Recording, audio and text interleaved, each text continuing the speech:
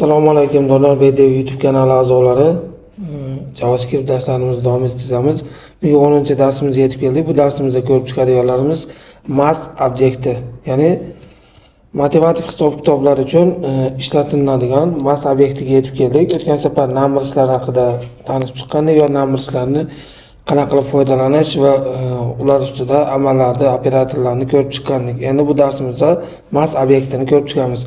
Mass JavaScriptda obyekt matematik amallarni bajarish uchun ishlatiladi. Bu obyekt global bo'lib, uni yaratish shart emas, darhol ishlatish mumkin. Ya'ni bu metodlarga o'xshaydi, ya'ni stringdagi metodlarni ishlatdik-ku.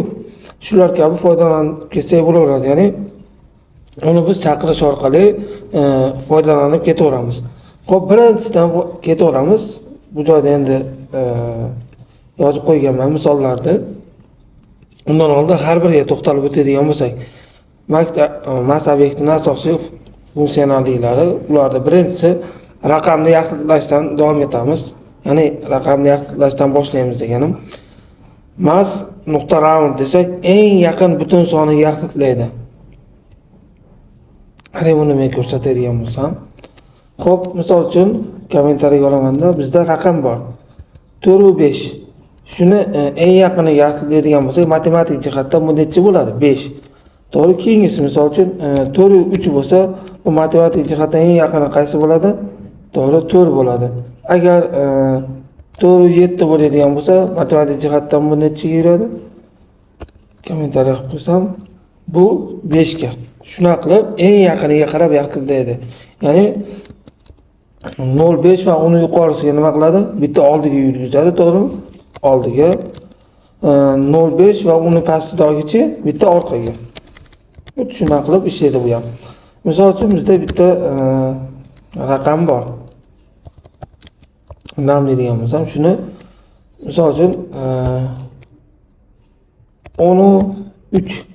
Xo'p, shuni yaxlitlaydigan bo'lsak, buni olamiz. Konsolga laboratoriya yozadigan bo'lsak, mass.round deymiz va buni ichiga o'sha narsani chaqirib qo'yamiz, ya'ni namni.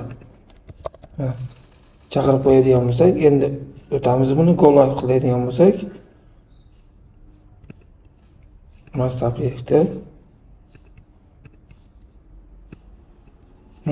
Ko'ryapsizlarmi? 10 raqamni chiqarib beryapti. Buni yangilaydigan bo'lsak, agar shuni biz qaydan promptdan chaqirmoqchi bo'lsak, prompt deymiz va bu joyga number kiriting. Xo'p, shunaqa qiladigan bo'lsak, agar bizda promptdan kelayotgan ma'lumot qaysi data tipida keladi dedik, stringda, shuni doim numberga aylantirish uchun buni oldiga plus qo'yib qo'yadigan bo'lsak, bu bizga endi number ko'rinishda, ya'ni string emas, endi number data tipini qaytarib beradi. O'tsak, mana. Misol uchun 14. Necha chiqyapti? 10. Xo'p, 11 5. Necha bo'lib qolishi kerak? 12. To'g'ri. Xo'p, mana yerda plus belgisini qoldirganimni bitta isbotlab qo'yadigan bo'lsam, bu number qaytarishini, namni nimasini qaytaraman? Type of'ini ko'radigan bo'lsam, o'taman. Misol bu joyda birato'la ishlab ham ketaveramiz. 7 12 7 desam, 10 chiqadi mana. Number. Ko'ryapsizlar? Number data tipiga olib beradi bizda. Xo'p, bu shart emas endi. Keyingisiga o'tamiz. Tezda ko'rib ketadigan bo'lsak, mass.cell eng yuqoriga qarab songa yaxlitlaydi. Ya'ni eng yuqori butun songa qarab yaxlitlaydi ekan bu. Xo'p, endi bu qiziq emas. 4 1 bo'ladimi, 4 2 mi, 4 3 mi, 4 7 mi, bu necha chiqib qolar ekan hammasini? 5. Ya'ni bu yuqoriga qarab yaxlitlaydi. Buni ko'rdik. Endi ikkinchisini ko'radigan bo'lsak, console log mass.cell va buning ichiga nimani ko'ramiz? Namni. Endi o'tib qaraymiz va promptdan biz kirgizamiz. Misol uchun 11 1. Necha bo'lib qolishi kerak bu? Yuqorisiga qarab yaxlitlasa, bu 12 bo'lib qolishi kerak. Xo'p, minuslar bilan ko'ramiz. Minus 4 1. Necha bo'lib qoladi bu? 4. Yuqorisi 4 buni.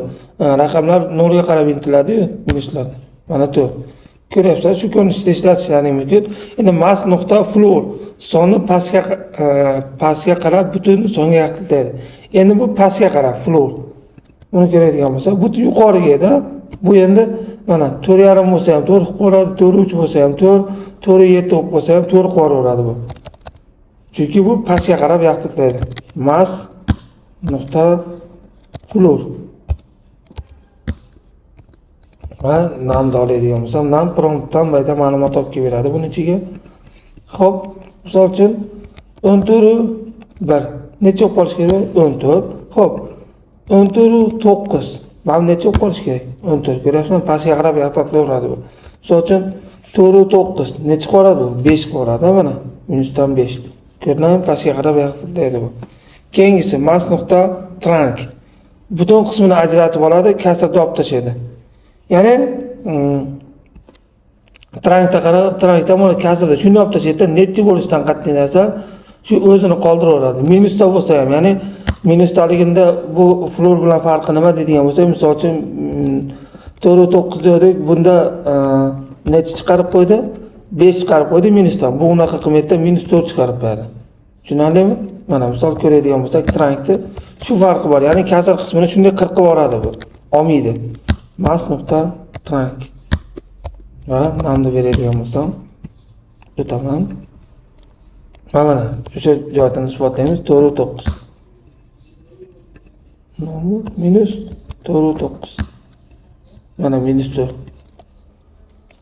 Xo'p, 18,9.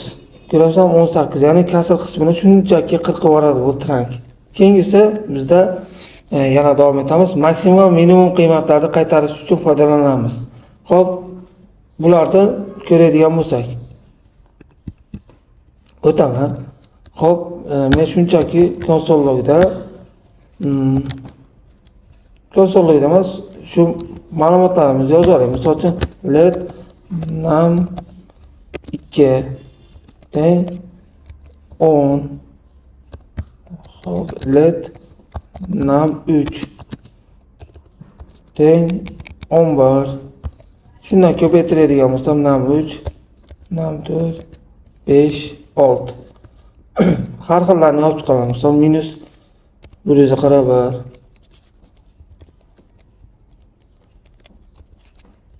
Mana shular ichida endi men eng kattasini topmoqchi bo'lsam, konsolga deyman. Mass nuqta max degan qiymatimiz bor, ya'ni eng katta qiymatni topish uchun. Bu joyda hammasini yozib chiqamiz. Nam 2. Shuni kopiya qilib olsam, tezroq yozaman. 3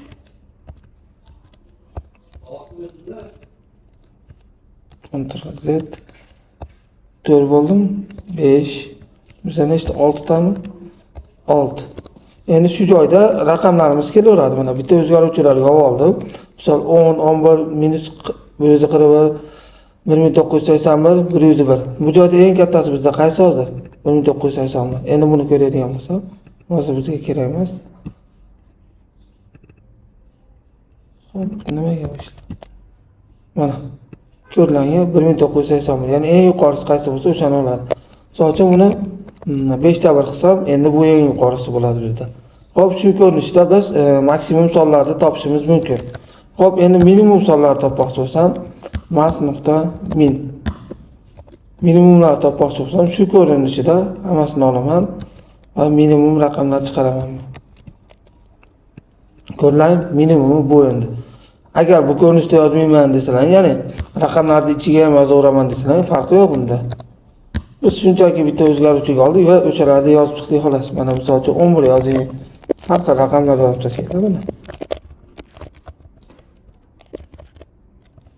Oxirida mana 9 deydi, ko'pgina yozdim.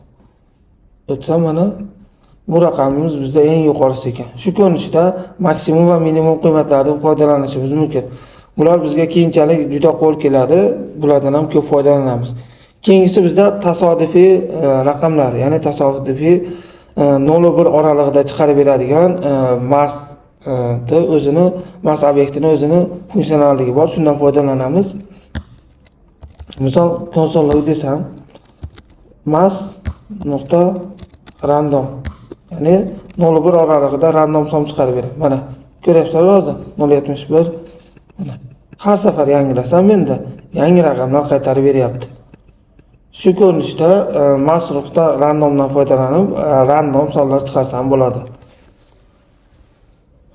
Xo'p. Endi buni biz 0-1 oralig'ida tasodifiy sonlar ham chiqarishimiz mumkin bemalol. Mana buni olgan holda o'taman. Joyga tashlasam mana mas nuqta floor bu pastga qarab yaxtildaydi. Ya'ni tepaga qarab yaxtildab qo'ysa, bu joyda misol 0.7 keldi endi mana. Mana 0.6 shunaqalar kelganda bu bitta qo'shib olib turib 11 bo'lib ketmasligini ta'minlaydi. Shuning uchun pastga qarab yaxtildaydi mas nuqta floor. Endi bunichi bunga tegishli, ya'ni random 10 ga ko'paytiradi, ya'ni 10 gacha intiladi. 0.9, 0.99 shunaqa bo'lib qoladi. Keyin buniga 1 qo'shgan holda 1-10 oralig'ida chiqarib beraveramiz. Mana o'tsak 1, mana 7 har xil 10 bo'ladi, lekin 11 bo'lib ketmaydi bu. Tushundiringmi? Shu ko'rinishda random sonlardan foydalanishimiz mumkin. Endi bularimizdan bor exponsive va ildiz. Xo'p, mas.pow degani bor bizda, bu sonni darajaga oshiradi. Ya'ni bu ikkita qiymat oladi. Birinchisi qaysi sonni, ikkinchisi qaysi darajagacha oshirishi. Shu ko'rinishda foydalanishimiz mumkin bundan ham. Sirasi konsolda ishlab ketaveraman. mas.pow.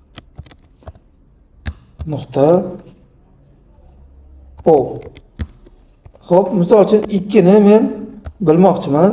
Mana o'zi ham aytayapti, y ham number 5-darajasi. O'tsam. Mana ko'ryapsan 32. Xo'p, biz o'tgan safargi darsimizda ko'rgandik, bu qaysi edi bizdagi buni agar darajasini oshirmoqchi bo'lsak, ikkitali yulduzcha bor edi bizda. Shu bilan bir xil mana. Hozir 2 ham 32 chiqadi, ko'ryapsan? Bir xil ishlaveradi. Xohlasangiz bu ikkitali yulduzchadan, xohlasangiz mas.pow dan foydalanishingiz mumkin. Misol uchun 3/5 desam, o'zgaradi. 243. Buni ham 3 qilib qo'ysam ekan. Ko'ryapsan? Shu ko'rinishda mas.pow dan ham ishlatishingiz mumkin. Keyingisi mas.sqrt. Bu kvadrat ildizda foydalanamiz. Ya'ni kvadrat ildiz degani misol uchun ildizlar bo'ladi, kvadrati, shuni ildizdan chiqarish uchun foydalanamiz. mas.sqrt.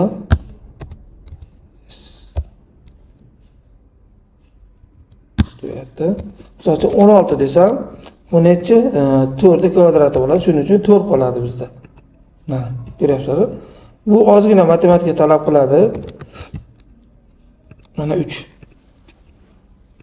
Hozir men ko'p matematikaga to'xtalib o'tmayman. Buni o'zlaringiz qidirib, izlanib, misol uchun bilimlaringizni oshirib olsalaringiz bo'laveradi matematikada. Keyingisi SBRT, bu kub ildiz. Shundan ham foydalanishimiz mumkin.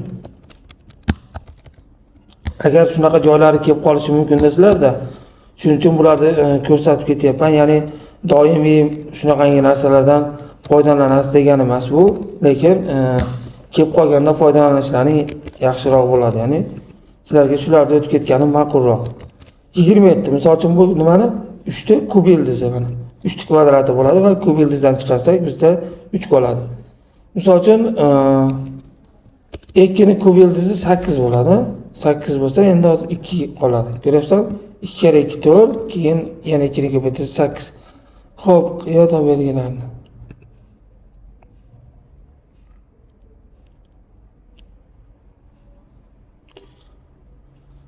Bizda oxirgisi bor ekan, bu mas.abs. Bu minus sonlarni ham plyusga aylantirib berar ekan bu ko'rinishda.